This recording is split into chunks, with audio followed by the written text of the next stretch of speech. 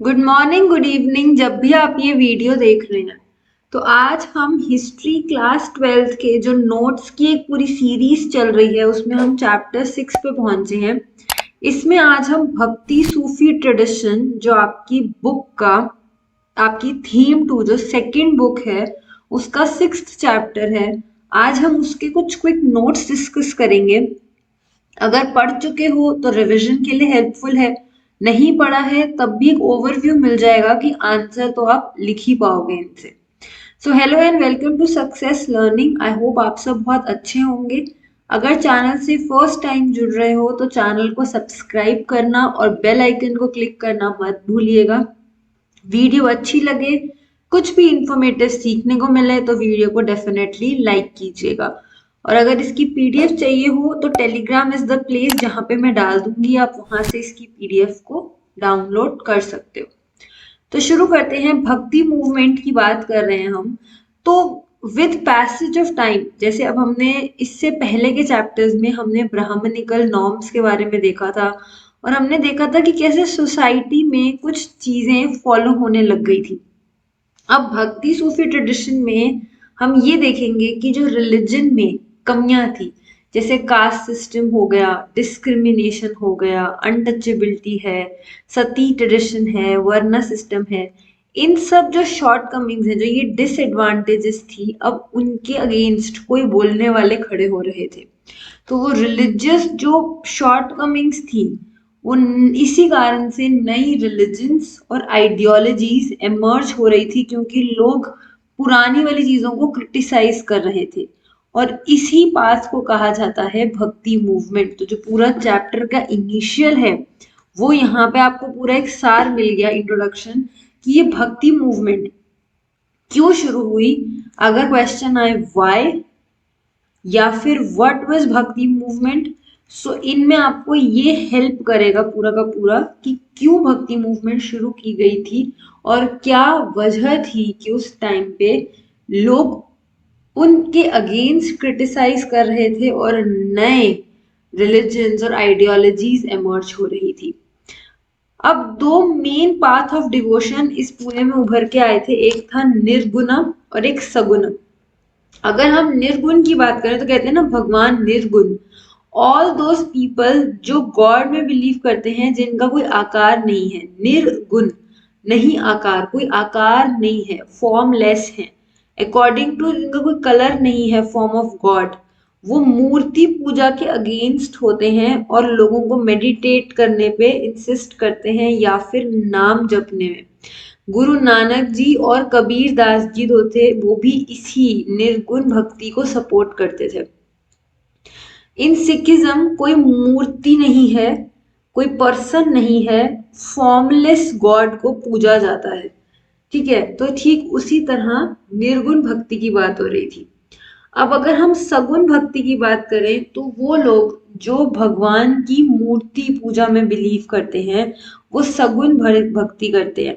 वैसे आप निर्गुण भक्ति भी कर सकते हो, आप सगुण भक्ति भी कर सकते हो, भक्ति भक्ति है, उससे कोई प्रॉब्लम नहीं है। मीरा भाई और मीराबाई और कालिदास जैसे लोग थे वो सगुण भक्ति में बिलीव करते थे। मीराबाई लॉर्ड कृष्णा को की डिवोटेड थी, तो वो उनकी मूर्ति की पूजा करती थी। जैसे हिंदुइज्म में मूर्ति पूजा की जाती है, तो मूर्ति पूजा करो या आप नॉर्मल मेडिटेशन करके भगवान को रिमेम्बर करो उनके नाम के थ्रू, ये आपकी चॉइस है।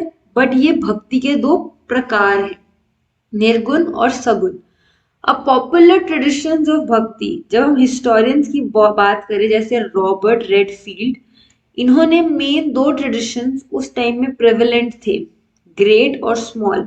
वैदिक रिलीजन जो था वो ग्रेट ट्रेडिशन में प्लेस किया जाता था, upper caste of the society. इसमें माना जाता था कि जो ब्राह्मण्स थे वॉज फॉलोड, उनकी बातें फॉलो की जाती थी, गॉड्स एंड गॉडेसेस को वर्शिप किया जाता था। स्मॉल दिस ट्रेडिशन, इसमें इंक्लूड किए जाते थे रिलीजन्स जो कि लोअर क्लास के लोग फॉलो करते थे, रीजनल जो एरियाज थे वहां पे। इनके अकॉर्डिंग रॉबर्ट रेडफील्ड के कि जो फ्यूचर था इन दो सिस्टम्स का वो बाद में मिक्स टुगेदर होगा और रीजनल जो डेटीज हैं इंक्लूडिंग इन वैदिक रिलीजन, वो ऐसे करके वो मिक्स मैच हो जाएगा। इंडिया एंड भक्ति मूवमेंट की, अगर हम यहाँ से, आपका मेन पार्ट स्टार्ट हो रहा है कि भक्ति मूवमेंट 6th सेंचुरी में शुरू हुई थी। इस पीरियड में काफी नई नई आइडियोलॉजीज और ट्रेडिशंस उभर के आए थे। अगर हम भक्ति मूवमेंट ऑफ इंडिया की बात करें तो वो दो पार्ट्स में डिवाइडेड है। सर्दर्न इंडिया की अगर हम बात करें तो जो सर्दर्न इंडिया में 6th सेंचुरी के बाद दो पार्ट्स जो डिवाइड हुए वो थे अलवर्स और नयनार्स। अलवर्स वो थे जो विष्णु जी और उनके अवतार की पूजा करते थे।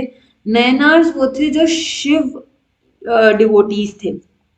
अगर हम किंग्स और सेंट्स की बात करें तो किंग्स और सेंट्स के अच्छे रिलेशंस हुआ करते थे। और हमने देखा था कि कैसे किंग जो होता था ना उसको गाइड करते थे सेंट कि उन्हें किस तरीके से रूल करना चाहिए। पिछले चैप्टर्स में मैंने मेंशन किया था कि धर्म शास्त्र, धर्म सूत्र, ये वो बुक्स जहाँ पे इस चीज के लॉज लिखे गए थे, नॉर्म्स थे कि एक राजा को किस तरीके से अपनी प्रजा को हैंडल करना चाहिए। तो उसमें सेंट्स जो होते थे वो गाइड किया करते थे।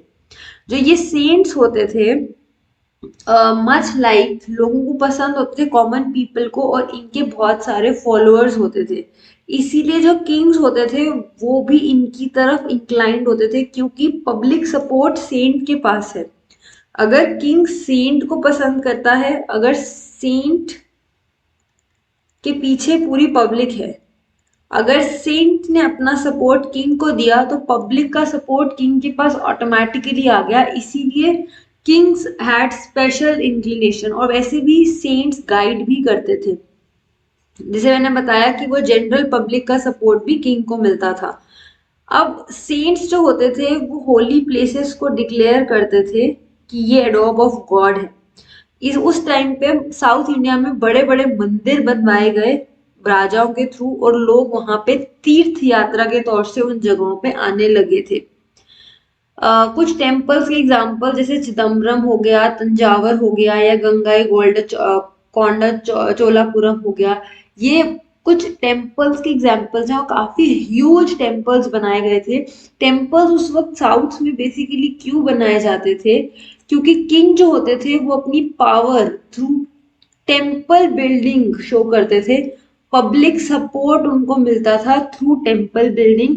तो देयर वर मेनी रीजंस कि टेम्पल्स बनाए जाते थे। वीर शैवा, जो वीर शैवाई ट्रेडिशन है, बसवाना, ये एक ब्राह्मण थे कर्नाटका में। इन्होंने 12th सेंचुरी में मूवमेंट शुरू की थी। ऑल्दो इनिशियली ये जैनिज्म के बिलीवर थे, लेकिन बाद में इन्होंने ब्राह्मणिकल जो सिस्टम था उसको सपोर्ट करना शुरू किया और अपना खुद का एक न्यू सिस्टम क्रिएट किया। सोशल रिफॉर्म में उन्होंने पार्टिसिपेट किया। ऑल्दो वो ब्राह्मणिकल जो सिस्टम था जिसमें कास्ट सिस्टम या कुछ डिस्क्रिमिनेशन था वो उसे क्रिटिसाइज करते थे, but he was the follower, और वो बाद में वीर शैवाज की तरह नोन एज वीर शैवा। ये कौन होते थे? ये भी शिव जी के ही भक्त होते थे और इनको लिंगायत भी कहा जाता था। ये शिव जी को लिंग फॉर्म, जो शिवलिंग होता है उसकी फॉर्म में पूजा करते थे। ये कम्युनिटी मेन जो होते थे वो एक छोटे सी सिल्वर के बॉक्स में अपने लेफ्ट शोल्डर पे एक लिंग को धारण करते थे। एक छोटे से डब्बे में सिल्वर का बना हुआ होगा ये, और उसको अपने लेफ्ट शोल्डर पे वो धारण करते थे। जो लिंगायत अपने आप को वीर शैवा कहते थे। लिंगायत जो होते थे ये अनटचेबिलिटी को अपोज करते थे। ये रिकार्नेशन यानी कि जो पुनर्जन्म होता है उसको बिलीव नहीं करते थे। कास्ट सिस्टम को अपोज करते थे। मूर्ति पूजा में बिलीव नहीं करते थे। तभी ये शिव जी के लिंग रूप की पूजा करते थे। देखो, भक्ति चाहे आप सगुन में करो निर्गुण में करो, वो हिंदुइज्म में ही ये चीज आ रही है लिंगायत वाली, लेकिन बस उसमें वो आइडल वर्शिप नहीं कर रहे शिव जी की, वो लिंग वर्शिप कर रहे हैं। शिव जी की तरफ ये डिवोटेड थे। इनकी सोसाइटी में प्लेस थी on the basis of merit, arrangement of री मैरिज। जो विडोज होती थी उनकी री मैरिज को भी ये सपोर्ट करते थे। और जो फ्यूनरल होता था is buried at the funeral, जब किसी की डेथ हो गई तो उसको बरी किया जाता था उसकी डेथ के बाद। अब हमने साउथ इंडिया की बात की, कर्नाटक की बात थी, जब लिंगायत की बात की। नॉर्थ इंडिया की अगर हम बात करें तो 6th सेंचुरी में नॉर्दर्न इंडिया जो था ये स्मॉल स्टेट्स में डिवाइडेड था। राजपूत कुछ एरिया में रूल करते थे और ये यूनिटी नहीं थी राजपूत में, और ये जो अलग अलग नॉर्थ में स्टेट्स थी इनमें यूनिटी नहीं थी।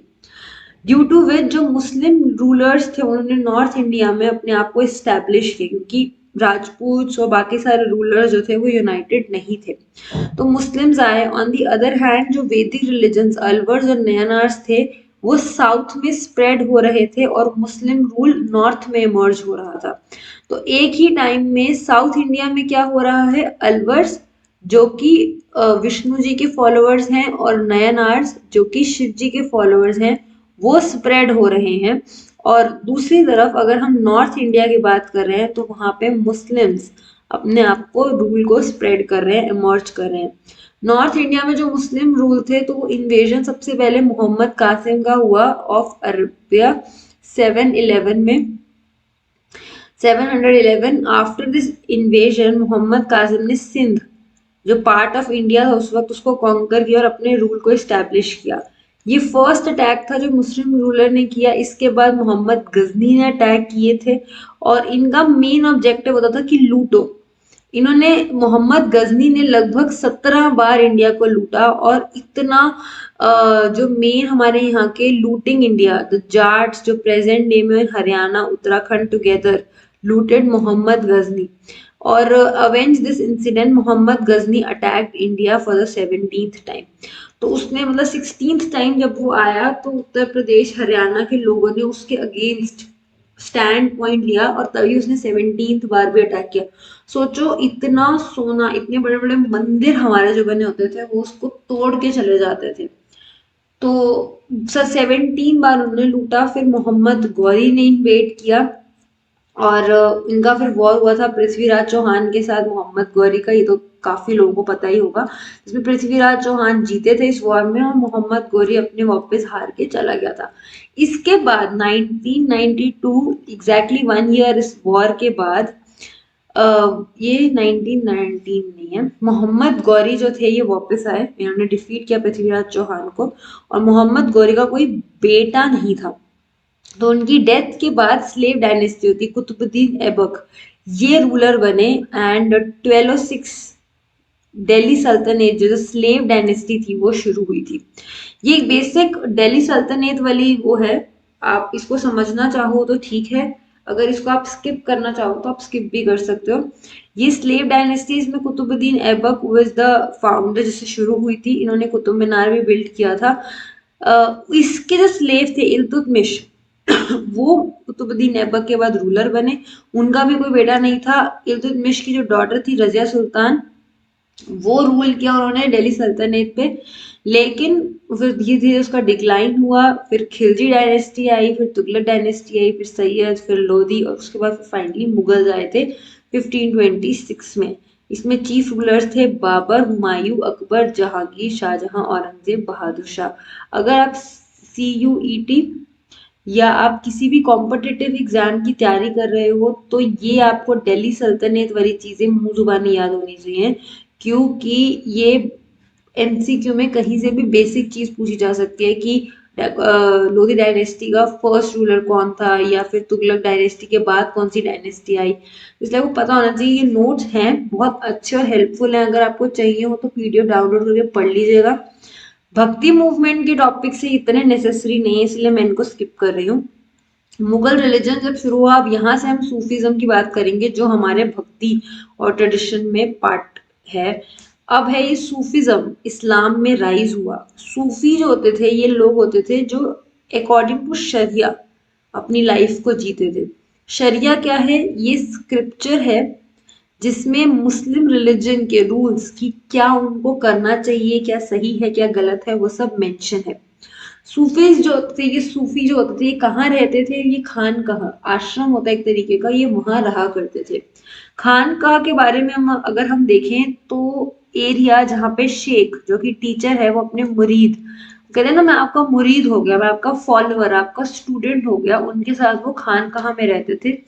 यहाँ पे लोग अपने फेथ को, अपनी मन्नत मांगते थे, अपनी डिजायर्स को पूरा करने के लिए खानकाहा आते थे।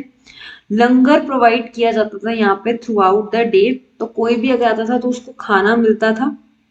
पीपल खानकाह आते थे शरण लेने के लिए। सिलसिला सिस्टम भी खानकाह में फॉलो। सिलसिला क्या होता है? एक अनब्रोकन चेन होती है जो गॉड से मास्टर तक आती है और फिर मास्टर से उसकी डिसाइपल पे जाती है, तो ये होती है एक सिलसिला।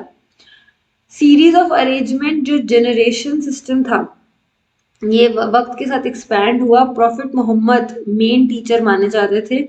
उनके बाद उनके जो डिसाइपल्स थे वो टीचर बने। इन अ सेम वे उनकी डेथ के बाद, जो डेथ ऑफ द टीचर, उनका जो डिसाइपल होता था, स्टूडेंट, अब वो टीचर बन जाता था। तो द टीचर इन खान कहा, उसको टीचर को शेख बोला जाता था, मुर्शीद या पीर। उनके डिसाइपल्स को मुरीद कहा जाता था और फॉलोअर्स को इनिशिएट कौन करता था? शेख इनिशिएट करते थे। अब इनमें 5 थिंग्स, उनको 5 मेन थिंग्स एक्सेप्ट करनी होती थी। पहला, अल्लाह इज गॉड, प्रॉफिट मोहम्मद उनके मैसेंजर हैं अल्लाह के। सेकंड, नेसेसरी है कि वो 5 बार नमाज पढ़ें। तीसरा, नेसेसरी है टू डू जमात, खारत या डोनेशन, दक्षिणा। फोर्थ, फास्टिंग करना, रमदान के टाइम पे ऑल मुस्लिम्स को फास्ट करना होता था। और फिफ्थ है, जो इनकी पिलग्रिमेज प्लेस है, धार्मिक स्थल है मेका, वहां पे जरूर जाना है। उनकी डेथ के बाद पीर की वहां पे दरगाह बन जाती थी। आपने सुना होगा, दरगाह बनी हुई है काफी सारी।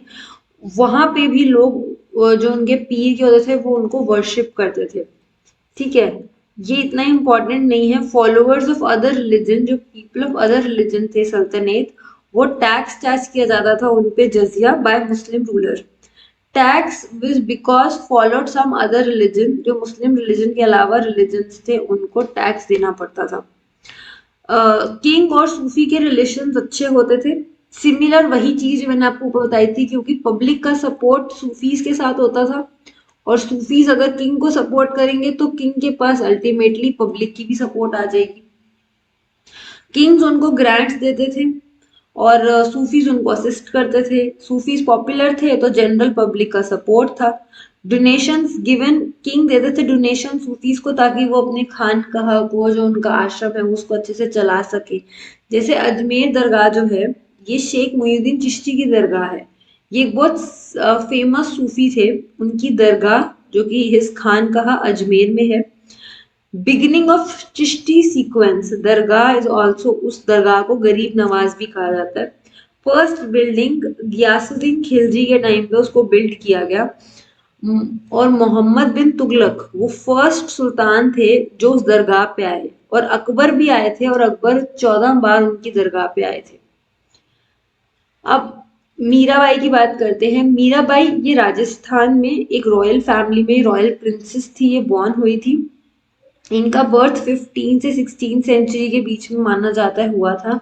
इनके फादर का नाम रतन सिंह था। मीराबाई जो थी, ये ऑल्दो एक रॉयल फैमिली में बिलोंग हुई थी, बट इनका डिवोशन, इनकी भक्ति टुवर्ड्स श्री कृष्णा बचपन से ही थी और वो उन्हीं को ही अपना हस्बैंड भी एक्सेप्ट करती थी। उनकी विश के अगेंस्ट मीराबाई को जो सिसोदिया क्लैन के एक वहाँ के मेवार के उनसे शादी करवाई गई, और पर वो अपनी ड्यूटीज एज अ वाइफ वो फुलफिल नहीं करती थी, बिकॉज वो अपने हस्बैंड तो सिर्फ श्री कृष्ण को ही मानती थी। एक बार उनके जो इन लॉज थे उन्होंने उनको पॉइजन देने की कोशिश की, बट उनको उसका कोई इफेक्ट नहीं हुआ। वो वर्ल्डली सारे के सारे बंधनों से छूट गई एंड वो सिर्फ कृष्ण जी को वर्शिप करती थी। मीराबाई अपने राजभवन जो था उनका, उससे भाग गई और वो भगवान जी के भजन गाया करती थी। शी रिनाउंस जो भी प्लेजर्स उनको रॉयल पैलेसेस में दिए जा रहे थे, और वो एक सन्यासी की तरह, एक वाइट साड़ी, एक orange sari she used to wear, और मतलब वो एक रॉयल फैमिली से बिलोंग करती थी, बट उन्होंने उन सारे नॉर्म्स को ब्रेक करके एक अपोस्ट कास्ट, जो कि अपने गुरु रैदास, जो कि माना जाता है लोअर क्लास से बिलोंग करते थे, उनको अपना गुरु भी माना था और वो अपने emotions towards God by singing express करती थी। गुरु नानक देव जी ननका विलेज जो है पंजाब में, वहां पे पैदा हुए थे। ये हिंदू फैमिली में पैदा हुए थे गुरु नानक देव जी, और इनकी काफी ही यंग एज में शादी हो गई थी। मोस्ट ऑफ हिज टाइम वो सूफीज के साथ रहते थे, या जो सेंट्स होते थे उनके साथ, और वो कंट्री ट्रैवल करते थे। ही कॉल्ड गॉड, उनको रब कहते थे, और निर्गुण भक्ति जो कि आइडियल वर्शिप नहीं है, मूर्ति पूजा के अगेंस्ट, वो प्रीच करते थे कि आप निर्गुण भक्ति करो। हिंदू मुस्लिम रिलीजन को वो कम्प्लीटली रिजेक्ट करते थे और उनके कस्टम्स को, और वो सिर्फ भगवान का नाम, जो उनके रब थे वो उनका नाम जपते रहते थे, चैंटिंग करते थे। नानक जी जो थे वो अपनी थॉट्स जो थी वो थ्रू शब्द, पंजाबी में ये गुरुमुखी में लिखी गई शब्द है, वो उसमें एक्सप्रेस करते थे। He used to sing his शब्द, अलग अलग राग जो होते हैं, रागाज, और उनके जो सर्वेंट्स थे वो उनको सपोर्ट करते थे, मर्दाना और रब। After Guru Nanak his follower Angad attend position of गुरु, मतलब उनके जो स्टूडेंट थे अब वो, उन्होंने गुरु की पोजीशन ली। अगर हम चीफ गुरुज की बात करें तो गुरु नानक जी, गुरु अंगद जी, गुरु अमरदास जी, गुरु रामदास जी, गुरु अर्जन देव जी, गुरु हरगोबिंद जी। अभी ये पूरी एक लिस्ट है, में एंड में गुरु गोबिंद सिंह जी आएंगे और गुरु नानक जी। तो ये एक लिस्ट है गुरुज की, इंपॉर्टेंट गुरु जो मेन चीफ मास्टर्स हैं।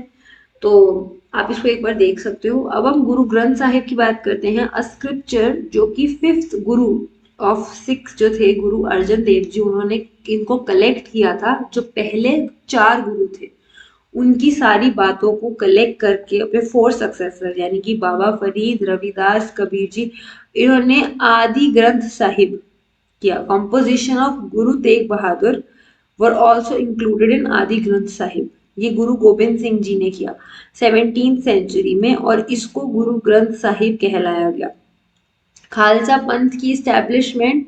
Khalsa means army of Holi, army जो कि क्रूअल पॉलिसीज, जो औरंगजेब ने इतने सारे लोगों को मारा था अपने जो इस्लाम को स्प्रेड करने के लिए, उसके अगेंस्ट अपने आप को बचाने के लिए। मतलब अगर आप कभी गुरु नानक देव जी के बारे में, गुरु गोबिंद सिंह जी के बारे में देखो, कैसे उनके उनके उनके कितना गलत किया औरंगजेब ने, तो पता चलता है कि कितना जरूरी था एक आर्मी स्टैब्लिश करना। तो he was beheaded by Aurangzeb, क्योंकि गुरु तेग बहादुर जी इस्लाम को एक्सेप्ट नहीं कर रहे थे। For this reason Guru Gobind Singh ji ने खालसा पंथ को एक्सेप्ट किया, क्योंकि जो औरंगजेब की क्रूअल पॉलिसीज थी उनके अगेंस्ट सिख खड़े हुए। और 5 सिंबल होते थे इनकी आर्मी के, अनकट हेयर, सबर, ब्रीफ, कोम्ब, आयरन। तो कड़ा जो होता है, तो ये उनके 5 सिंबल्स होते थे जिनसे पता चलता था कि ये खालसा पंथ, ये उस आर्मी का पार्ट है। कबीर जी की अगर हम बात करें तो it is believe that Kabir जो कबीर जी थे ये वाराणसी में पैदा हुए थे by a widowed women, and but being a widow Kabir mother left her near the same, एक लेक के पास उनको छोड़ के चली गई। एंड वो एक वीवर जो थे कपल, उन्होंने उनको रेज किया। कबीर डिस्क्राइब्ड अल्टीमेट ट्रुथ, जो क्रिएशन का था, गॉड को वो भी फॉर्मलेस बोलते थे, और एक ही गुरु है, मोनोथिज्म, उसको सपोर्ट करते थे। रामानंद माना जाता है कि वो कबीर जी के गुरु थे। Kabir voice has been kept in books, जो बीजक और मैनी ऑफ उनके जो छंद और वर्सेस हैं, जो श्लोक हैं, वो आपको गुरु ग्रंथ साहिब में भी देखने को मिलते हैं। बीजक को वाराणसी और उत्तर प्रदेश में प्रिजर्व किया गया है बाय कबीर पंथीज। कबीर पंथीज में वहां पे आपको ये चीज प्रिजर्व मिलती है। तो ये थे कुछ पॉइंट्स, इसमें थोड़ी सी एक्स्ट्रा इंफॉर्मेशन थी जो अगर आप चाहो, मैंने आपको ऊपर बता दिया था, वो दिल्ली सल्तनत वाली पूरी इंफॉर्मेशन, वो इतनी इंपॉर्टेंट नहीं है as per this chapter, but क्योंकि हम एक रिविजन कर रहे हैं और सोल पर्पस सिर्फ क्लास 12th नहीं है, हमें अपने कॉम्पिटिटिव एग्जाम्स और आगे सारी तैयारी भी करनी है, इसीलिए उसको ऐड किया गया है। अगर आपको लगे कि नहीं मेरे पास अभी टाइम नहीं है, मुझे नहीं पढ़ना, आप उसको कम्प्लीटली स्किप कर सकते हो। वो पार्ट आपकी क्लास 12th इस चैप्टर के लिए इंपॉर्टेंट नहीं है, मैंने आपको खुद ही बता दिया था, क्योंकि मैंने कुछ चीजें इसीलिए ऐड की हैं कि कॉम्पिटिटिव एग्जाम्स में हमें पता नहीं होता कि आ जाती है। और दिल्ली सल्तनत एक ऐसा चैप्टर है जो क्लास 6 से हमें पढ़ाया जा रहा था, तो उसके बारे में क्वेश्चंस आ सकते हैं। बट ये आपके इस चैप्टर के लिए इम्पॉर्टेंट नहीं है, तो आप इसको कम्प्लीटली स्किप कर सकते हो। बाकी के पॉइंट्स इम्पॉर्टेंट हैं, बहुत शॉर्ट में रखा गया है, चैप्टर वैसे बहुत बड़ा है, तो आपको जितना समझाने की मैं कोशिश कर सकती थी मैंने किया है। फिर भी अगर कोई डाउट रह गया है तो आप कमेंट बॉक्स में मुझसे पूछ सकते हैं, मैं कोशिश करूंगी कि आपकी क्वेरी को सॉल्व कर सकूं। इसकी पीडीएफ चाहिए हो तो आप टेलीग्राम चैनल से इसकी पीडीएफ ले सकते हैं। अगर अभी तक की वीडियो अच्छी लगी है, कुछ इन्फॉर्मेटिव सीखने को मिला है, तो वीडियो को डेफिनेटली लाइक कीजिएगा। चैनल से अगर फर्स्ट टाइम जुड़ रहे हैं और अभी तक सब्सक्राइब नहीं किया है तो सब्सक्राइब करके बेल आइकन को जरूर क्लिक कर लीजिएगा, ताकि आप हमेशा अपडेटेड रहें। मिलती हूँ मैं अगली वीडियो में, तब तक के लिए keep learning and keep growing.